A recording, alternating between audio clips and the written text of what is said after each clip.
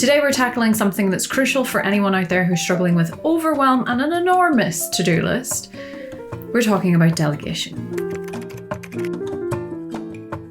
If you have tried every productivity hack under the sun and you still feel like Sisyphus pushing that boulder up a hill, then this video is for you. If you're new here, hi, I'm Naomi, I'm from the Todoist team, and this video is about to make your life a whole lot easier by helping you master the art of delegation. But first things first, what exactly is delegation? So there's a lot of different ways to answer this depending on the context, but let's just keep it simple.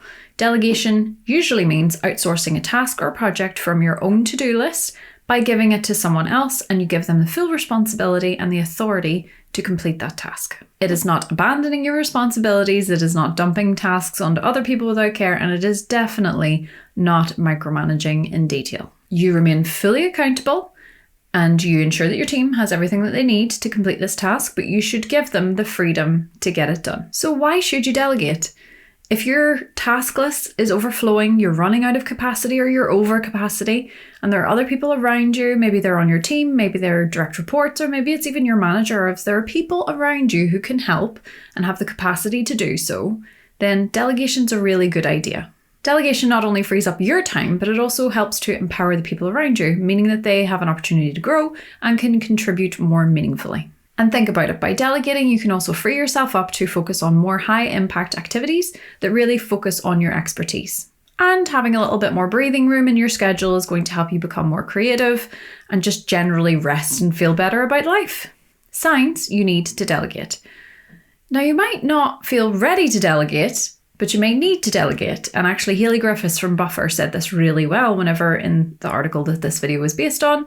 She wrote that you should delegate earlier than you think you're ready. However, here are 5 warning signs that you should look out for that will tell you that you're probably at the point in which you need to delegate. Number 1, long hours. If you have not left work on time in a while because of your workload, that's a red flag. Number 2, feeling alone in caring.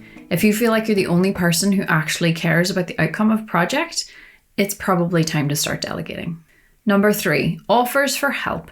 If you have other teammates that regularly come to you wanting to take things off your plate, this may mean that they're being underutilized and they're genuinely ready for more work. Number 4, fear of taking time off. If you're afraid to take a day off because you think that everything might fall apart, it is certainly time to start delegating. Number 5 is constant overwhelm.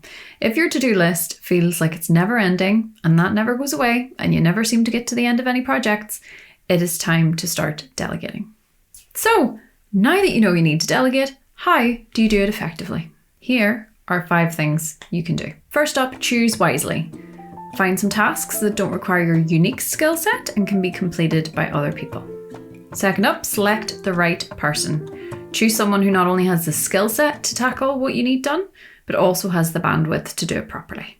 Next up, set clear expectations. Clearly communicate what needs to be done, any deadlines are involved, and what the desired outcome is.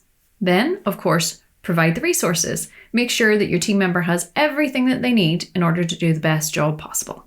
And then finally, trust and let go. Trust that the person that you have delegated this to has everything they need to succeed, and you can step back, leave them to it, whilst also just being on hand for support. When it comes to delegating, there are several mistakes that people tend to make, and we're going to go over those now so that you don't make them. First up, and we have alluded to this many times throughout this video, it is micromanaging. Once you've delegated something, trust that person to follow through and complete the job without you hovering over every single detail. Next up is a lack of clarity. Giving vague instructions is only going to lead to confusion and errors, so be really clear in your expectations. Not providing or receiving feedback. Feedback's a really good opportunity for you and the people that you're delegating to learn from each other and improve processes, and it's also a good opportunity to celebrate wins. Another common mistake is ignoring team development.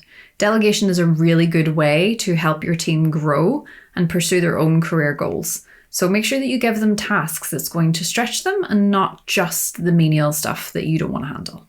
The last one is failing to follow up. Whilst we don't want you micromanaging, what you do want to do is just check in every once in a while, make sure things are still on track, and make sure that the person knows that you're on hand if they need any help. Now, remember that delegation is not just about lightening your load, but is also about empowering your team and creating a collaborative environment. And a collaborative environment requires collaborative tools. So if you're looking for a seamless way to work with other people in a team setting, then you might want to consider the Todoist Teams plan. There you'll have absolutely everything you could possibly need in order to delegate and collaborate efficiently in a really simple yet powerful way. Now, if you want to dive deeper into this topic, and we have gone deep, trust me, there is an entire article on the art and the science of delegation, and I will link that in the description box below. It's what this whole video was based on.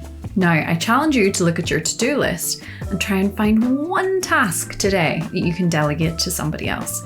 And if you can train your brain to regularly look for these things, then I promise it will change everything. If you find this video helpful, then please give it a thumbs up. It means so much to us when you do.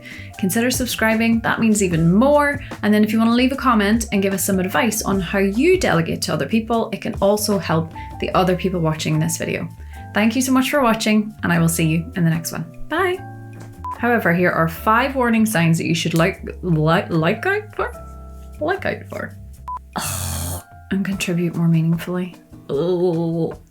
I am ready to delegate the recording of this video.